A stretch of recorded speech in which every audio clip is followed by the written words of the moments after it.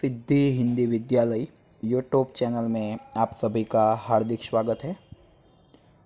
आज हम कक्षा 10 में विज्ञान और टेक्नोलॉजी विषय के अंतर्गत चैप्टर 14 ऊर्जा के स्रोत के बारे में अभ्यास करेंगे। बच्चों, इस ऊर्जा नाम के शब्द से आप सब परिचित हो। भूतकाल में आपने छठी, सातवीं, आठवीं कक्षा में ऊर्जा के बारे में अभ्यास भी किया है और ऊर्जा के स्रोत कौन कौन से होते हैं उसके बारे में आंशिक जानकारी भी आपने प्राप्त की है। सर्वप्रथम बच्चों, ऊर्जा क्या होती है उसको हम देखते हैं कि कोई भी पदार्थ होता है उसकी कार्य करने की जो क्षमता होती है, कोई भी पदार्थ की कार्य करने की क्षमता को हम ऊर्जा कहते हैं। क्या कहा बच्चों? कोई भी पदार्थ की कार्य करने की जो क्षमता होती है उसे हम क्या कहते हैं? ऊर्जा कहते हैं। कोई भी पदार्थ हो उसकी जो कार्य करने की जो क्षमता होती है उसे हम ऊर्जा कहते हैं। और ऊर्जा संरक्षण का नियम भी आप पढ़ चुके हो कि ऊर्जा न तो हम उत्पन्न कर सकते हैं, ऊर्जा न तो हम उत्पन्न कर सकते हैं, न तो हम ऊर्जा का नाश कर सकते हैं। ऊर्जा हम न तो उत्पन्न कर सकते हैं, न तो हम ऊर्जा का नाश कर सकते हैं। हम ऊर्जा को केवल एक स्वरूप में से दूसरे स्वरूप में रूपांतरण कर सकते हैं। ऊर्जा न तो हम उत्पन्न कर सकते हैं, ऊर्जा का ना तो हम नाश कर सकते हैं। ऊर्जा का केवल हम एक स्वरूप में से दूसरे स्वरूप में रूपांतरण ही कर सकते हैं। इस ब्रह्मांड में जितनी भी ऊर्जा होती है वो सारी ऊर्जा अचल है। मतलब ऊर्जा न उत्पन्न होती है, न तो ऊर्जा का नाश होता है। ऊर्जा को हम एक स्वरूप में से दूसरे स्वरूप में रूपांतरित कर सकते हैं और इस ब्रह्मांड के अंतर्गत जो भी ऊर्जा होगी वो अचल होगी। तो बच्चों, इस चैप्टर्स में हम अभ्यास करने वाले ऊर्जा के स्रोत के बारे में। अभी सर्वप्रथम ऊर्जा किसे कहते हैं उसके बारे में हमने अभ्यास किया।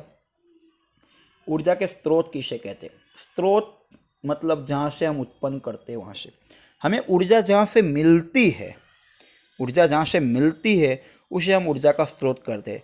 यदि ऊर्जा आपको कोई जगह पर मिलती, जैसे सूर्य में से आपको ऊर्जा मिले तो सूर्य को हम ऊर्जा का स्रोत कहते हैं। पवन में से आपको ऊर्जा मिले तो पवन को हम ऊर्जा का स्रोत कहते हैं। पानी में से आपको ऊर्जा मिले तो हम पानी को ऊर्जा का स्रोत कहते हैं। मतलब जहाँ से भी हमें ऊर्जा प्राप्त होती है उसे हम ऊर्जा का स्रोत कहते हैं। खुराक में से ऊर्जा मिले तो हम खुराक को भी हम ऊर्जा का स्रोत कह सकते हैं। और ऊर्जा का जो स्रोत होता है, ठीक है, वो ऊर्जा का स्रोत के बारे में भी हम अभ्यास करेंगे, पर हम पहले थोड़े बहुत ऊर्जा के स्वरूप देख लेते हैं। जैसे कि स्नायु ऊर्जा, हमारी पेशीय ऊर्जा, बराबर, जो हमारे पेशी द्वारा हमें उस ऊर्जा का उपयोग करना है, वो हमारे शरीर की अंतर्गत जो ब्रश करना, कसरत करना, एक्सरसाइज करना, स्नान करना, दौड़ना, कूदना, लिखना, उन सब के लिए पेशीय ऊर्जा का उपयोग होता है। विद्युत ऊर्जा का उपयोग क्यों होता है बच्चों?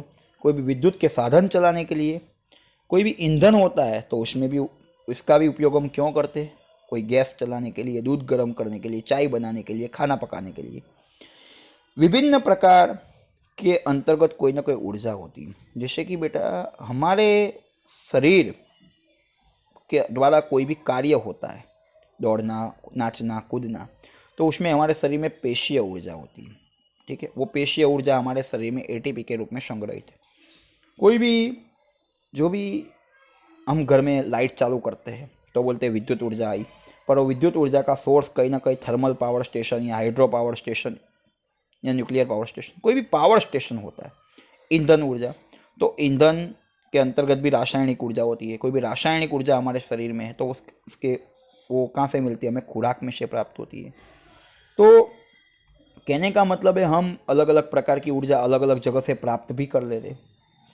ठीक है, हम जहाँ से ऊर्जा प्राप्त करें उसे हम ऊर्जा का स्रोत कहते हैं। ऊर्जा के स्वरूप बहुत सारे हैं। पेशीय ऊर्जा है, विद्युत ऊर्जा है, जल ऊर्जा है, स्नायु ऊर्जा है, न्यूक्लियर ऊर्जा है, बहुत सारे ऊर्जा के स्रोत है और उस ऊर्जा के स्रोत का हम अलग अलग जगह पर उपयोग भी करते हैं। बच्चों, अभी हम देखेंगे कि हमारे किचन में रसोई बनाने के लिए हम विभिन्न प्रकार के ईंधन के विकल्प पसंद करते हैं, बराबर।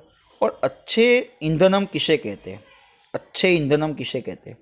तो नंबर 1, अच्छा ईंधन हम उसे कहते हैं जो सरलता से हमें प्राप्त हो, जो सरलता से हमें प्राप्त हो, जिसका परिवहन सरलता से हो सके, जिसकी कीमत सस्ती होती हो, जिसके द्वारा जो ऊर्जा हमें ज़्यादा में ज़्यादा मात्रा में प्राप्त हो। बराबर। अच्छा ईंधन हम किसे कहते हैं?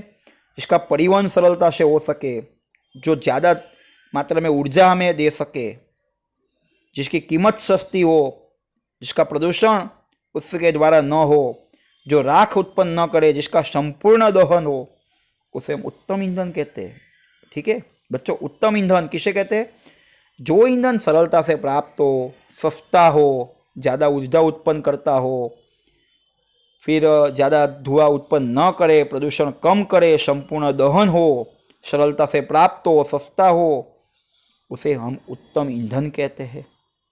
उसे हम क्या कहते हैं बच्चों? उत्तम ईंधन कहते हैं।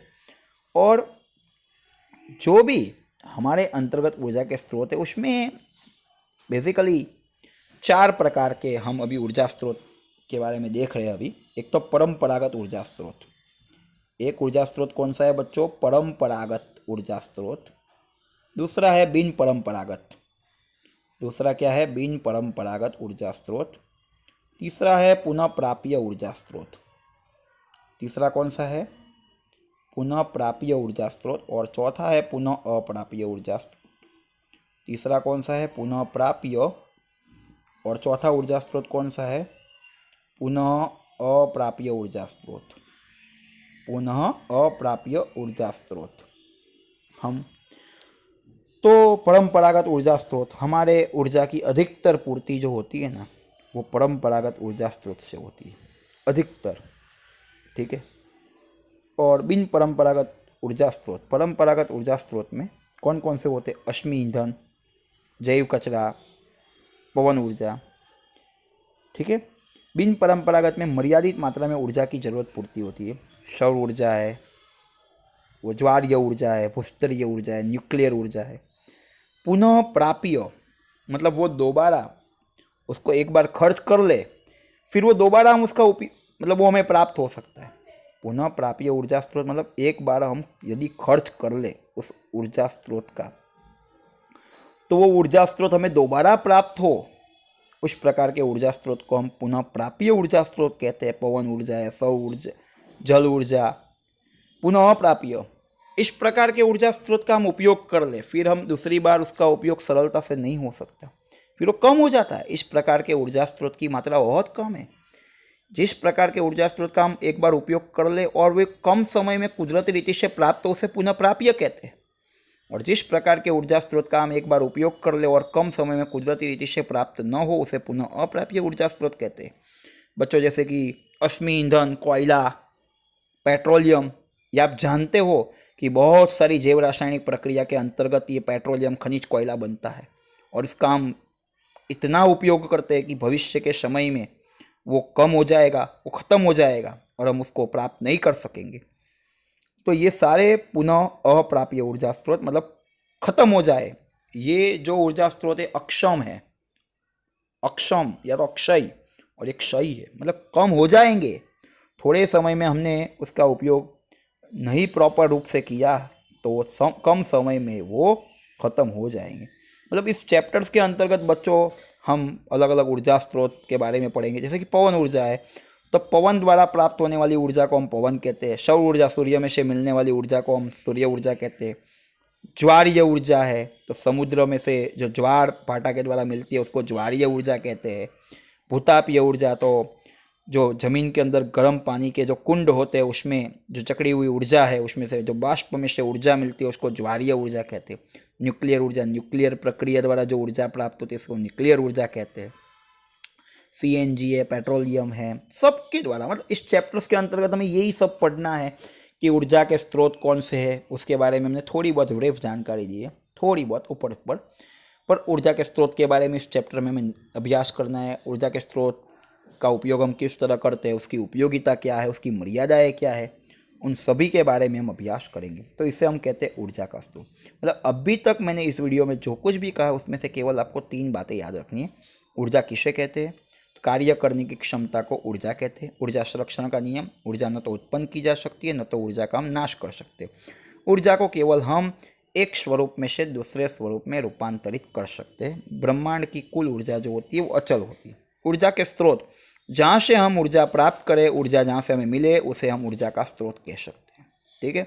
और ऊर्जा का उत्तम स्रोत या तो उत्तम ईंधन किसे कहते हैं? जो सरलता से प्राप्त हो, जिसका परिवहन सरलता से हो, जो कीमत में सस्ता हो, जिसका संपूर्ण दहन हो, जिसके द्वारा प्रदूषण कम फैले या तो न फैले। ठीक है। जिसका दहन होने के बाद कोई भी प्रकार के अवशेष बाकी न रहते हो, तो ऐसे प्रकार के ईंधन को हम उत्तम ईंधन कहते हैं। तो ये जो प्रश्न है उत्तम ईंधन किसे कहते हैं, ये आपको याद रखना है। कभी कभार 1 अंकों के अंतर्गत पूछा जाता है। और हम भी वही चाहेंगे ना कि जो वस्तु हमें सरलता से मिले, सस्ती मिले और जिसकी क्वालिटी बहुत अच्छी हो, वही बेस्ट कहलाती है ना। तो ईंधन के बारे में भी वही है। उत्तम ईंधन किसे कहते हैं? जो सस्ता हो, बेस्ट हो, ठीक है, क्वालिटी अच्छी हो, प्रदूषण कम हो, ज़्यादा प्रमाण में उसकी उष्मा ऊर्जा हो, मतलब उसको गर्म करे तो उसमें से ऊर्जा हमें ज़्यादा मात्रा में मिले, तो वैसे सब ईंधन को हम उत्तम ईंधन का नाम देंगे। धन्यवाद बच्चों। यदि ये वीडियो आपको पसंद आया हो तो इस वीडियो को लाइक कीजिएगा, अपने मित्रों को शेयर कीजिएगा और इस सिद्धि हिंदी विद्यालय यूट्यूब चैनल को सब्सक्राइब करना न भूलें, ताकि आने वाले वीडियो का नोटिफिकेशन आपको जल्द से जल्द मिल सके। धन्यवाद।